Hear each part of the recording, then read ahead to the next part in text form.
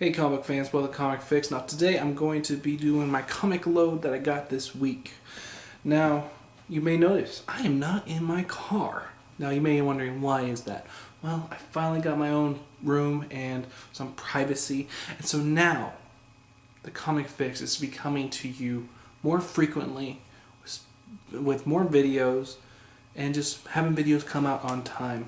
One thing is, with me doing it in my car and not having my own private room, I could not do as many videos as I wanted, and my videos came sporadic. There was some times where I missed 2 weeks of doing videos, and one of the things I like about YouTube is when the YouTuber does consistent videos. Ghost Critic does really consistent videos.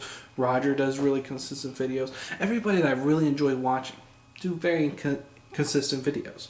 And so that's what is going to be happening here. There's going to be some live ones I want to do. I want to do some live YouTube Hangouts, I think that's what they call it.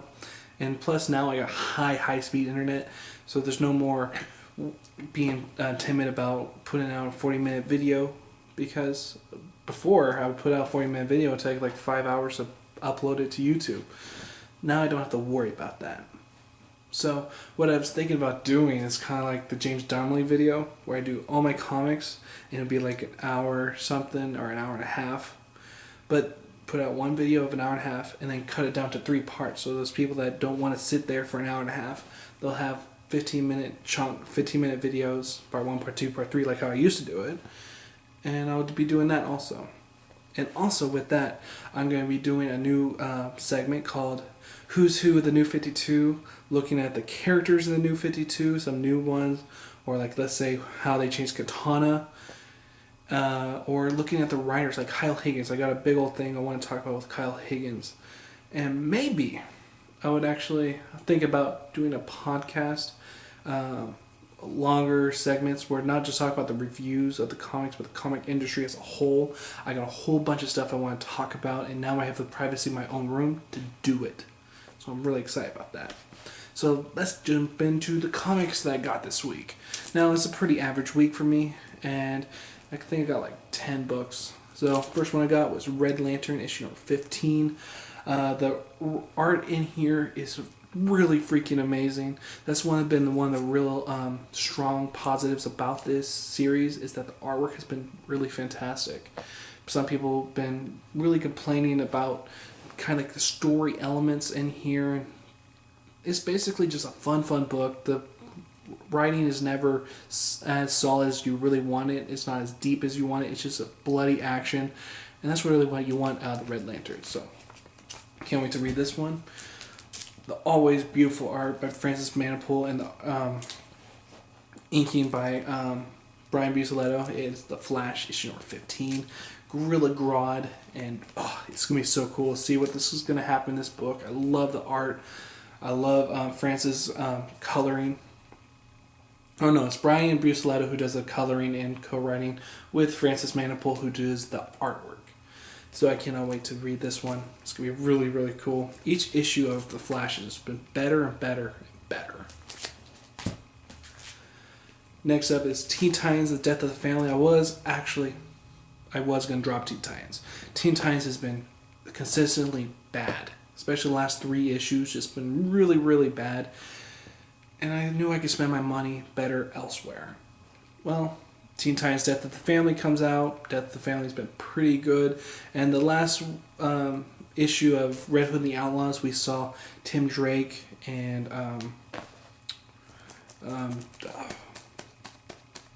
whoever, oh god, I can't remember his name. Red Hood in the same part dealing with the Joker. So it's gonna be some cool things. Hopefully it's gonna be dealing with Red Robin and Red Hood as they try to get out of the maze that is the Joker's maze. So in the next book I got, Justice League Dark, issue number 15. Jeff Lemire, one of my favorite writers in all of DC Comics.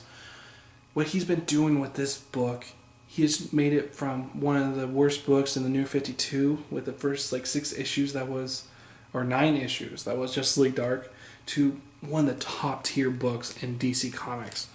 I really cannot wait to see where this is going. It has Frankenstein in there, and if you did not know, Frankenstein Agent of S.H.I.E.L.D. is going to be going away. I think this month is his last issue. Once Rotworld's done, it's done.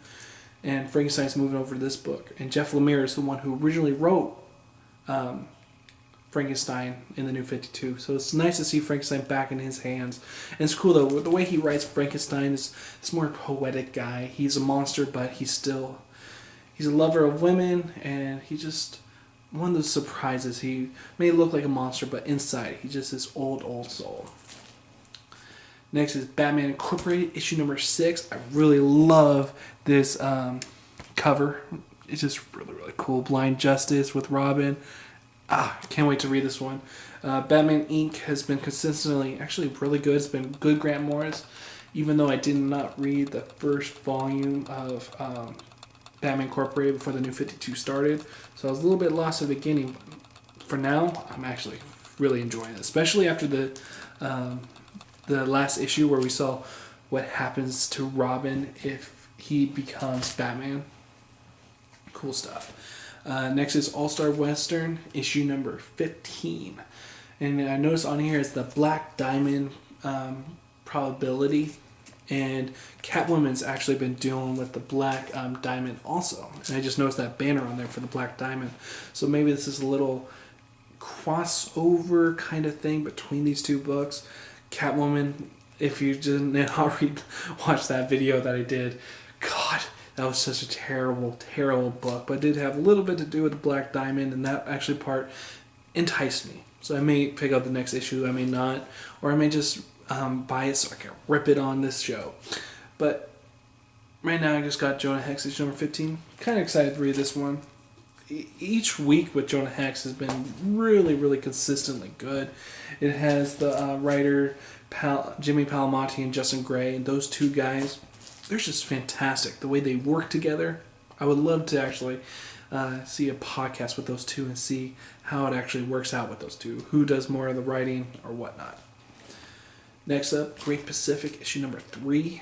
Issue number 1 and 2, really cool. They just gave some cool ideas. And that's really what I want out of my creator-owned books. And this one is just giving me something that I don't have in my book collection that I have right now. So, really excited to keep on reading this one. Hopefully this one is just as good as 1 and 2.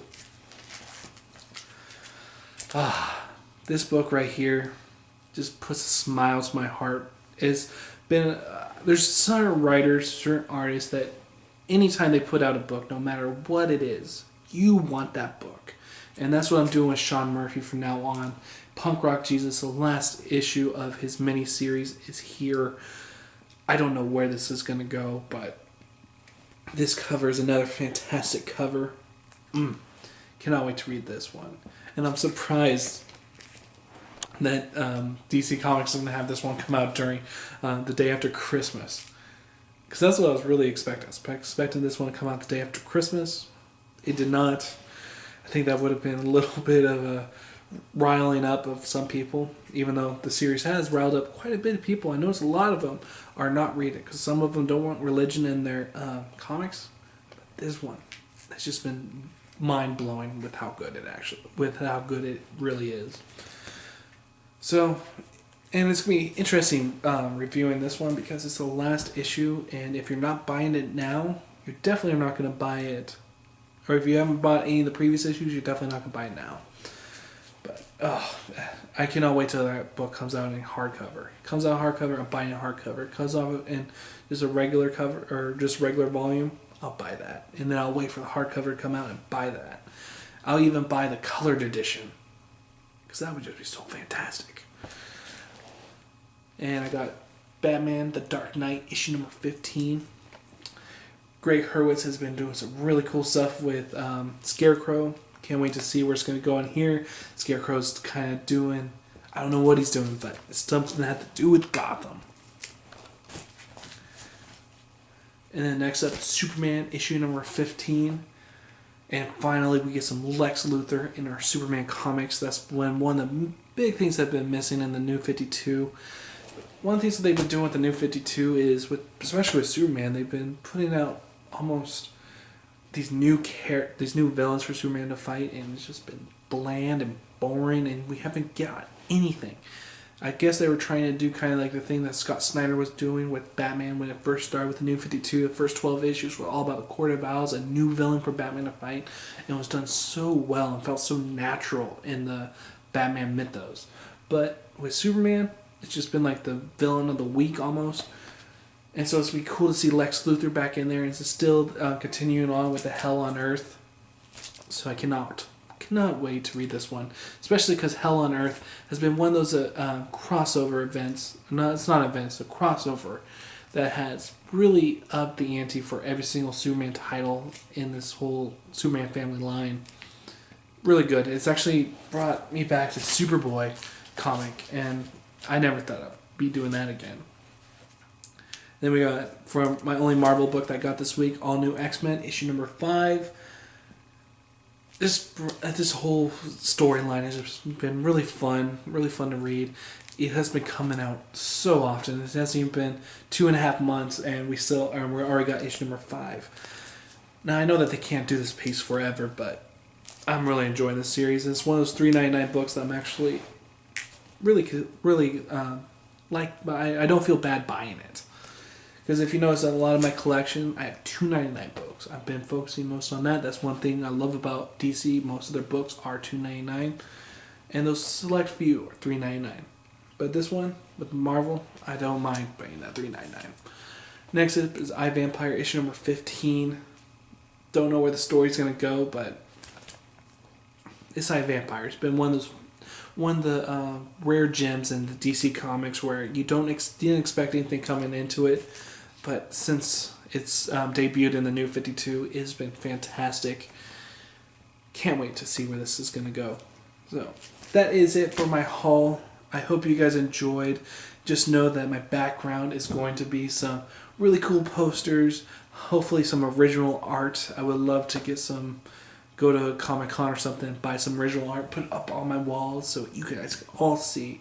I got this huge room. There's going to be more consistency in my videos, longer videos, and just some more topic videos. Everything. I cannot wait to take this journey with you in 2013. It's going to be glorious. And this is the Comic Fix saying I'll see you guys next time.